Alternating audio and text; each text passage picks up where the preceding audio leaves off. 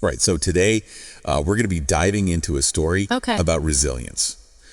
You know, just kind of navigating a system that can sometimes feel like it's working against you. Yeah. And the source material we're going to be using is a blog post by a guy named Ravi. Right. And he basically chronicles his experiences trying to make a difference within like a really rigid bureaucratic environment. And, you know, we're going to kind of unpack some of the challenges that he faces along the way. Yeah. You know, things like just outdated processes, the resistance to change that he encounters. Yeah. And then there's this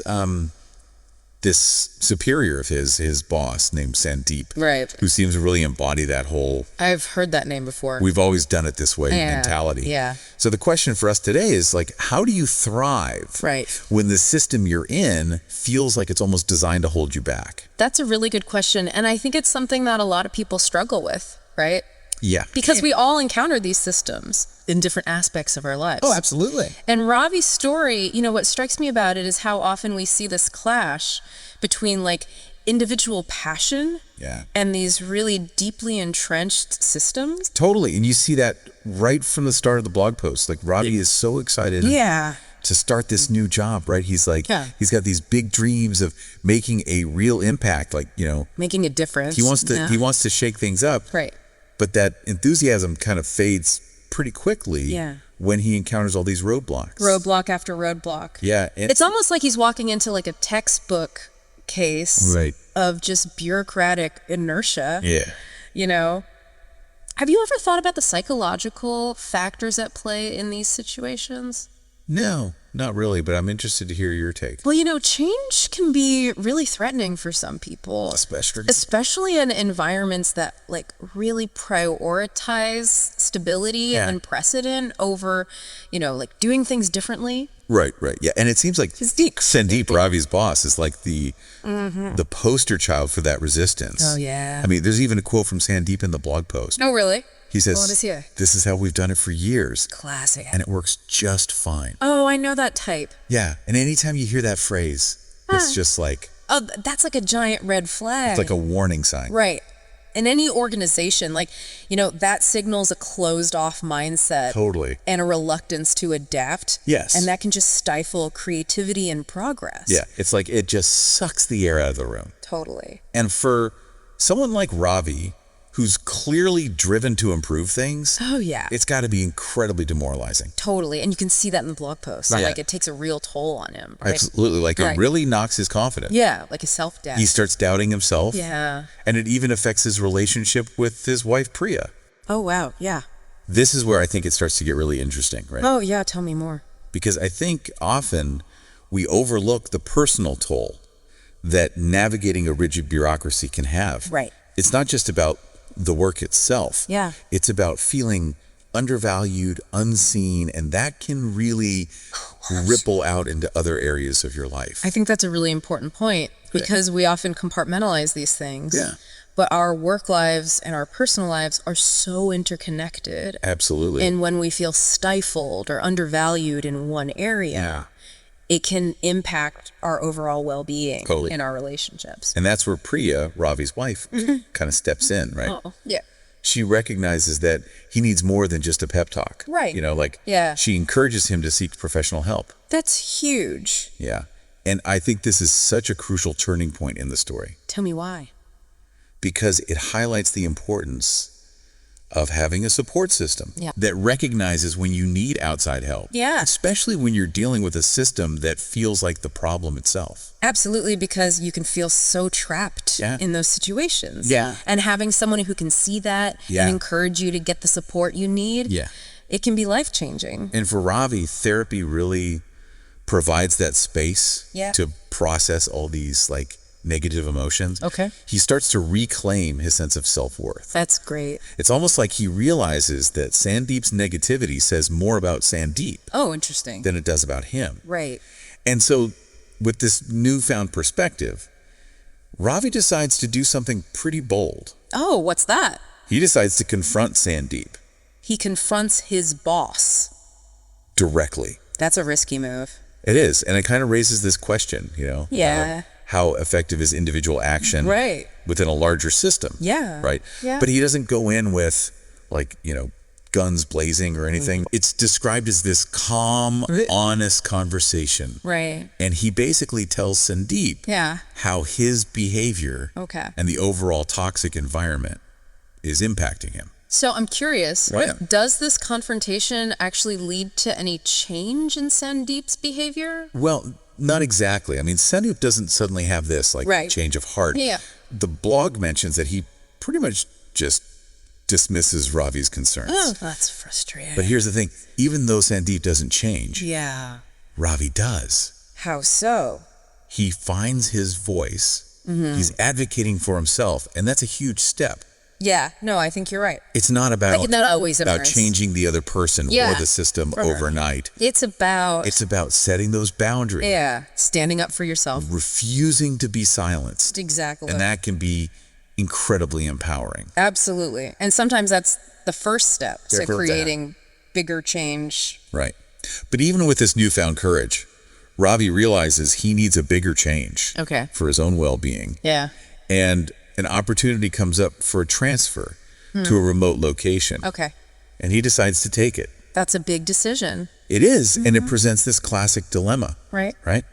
Do you stay and fight within a system that you believe is flawed? Right. Or do you seek out a new environment altogether? Yeah. And sometimes the best way to thrive is to remove yourself from a toxic situation. Yeah. And it's like, in Ravi's case, this remote location offers an escape. Yeah.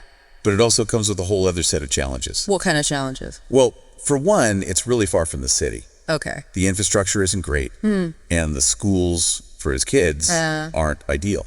Yeah. That's tough. It's not an easy decision. No, it's like, Right. there are always trade-offs. Yeah.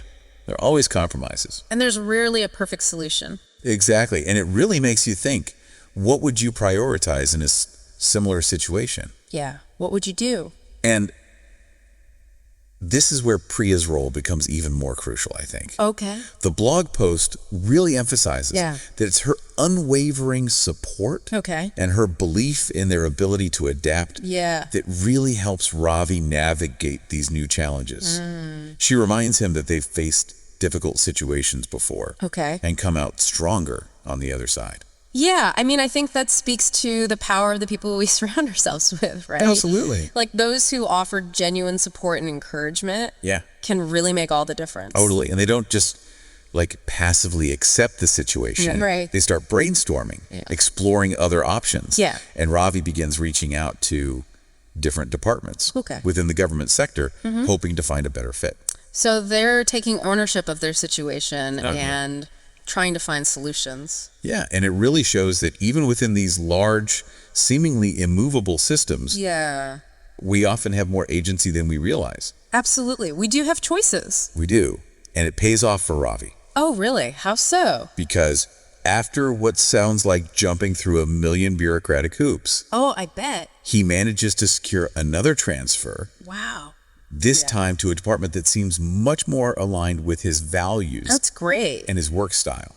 So it's not the dream job he initially envisioned. Right. But it's a step in the right direction. It is. And it represents progress, right? Yeah. And I think that's a really important part of Ravi's story because it shows that sometimes achieving your goals requires these like series of strategic moves and adjustments. Yeah, it's not always about one grand gesture or a complete overhaul. It's about those small wins along the way. Yeah, it's about making that incremental progress. Yeah, and celebrating those wins. Yes. And for Ravi, it also highlights the importance of aligning your work with your values. Yeah, totally. Like finding an environment where you feel a sense of purpose and belonging can make a huge difference in your well-being. Yeah, and at the end of the blog post, Ravi lists some key takeaways. Oh, I like those. From his experience. Yeah. I think it'd be helpful to kind of unpack those. Yeah, let's dive into those nuggets of wisdom. So the first one is, toxicity doesn't define you. Ooh. And I think Ravi's story really drives home the point that your worth isn't determined by a negative environment. Totally. Or the opinions of people like Sandeep.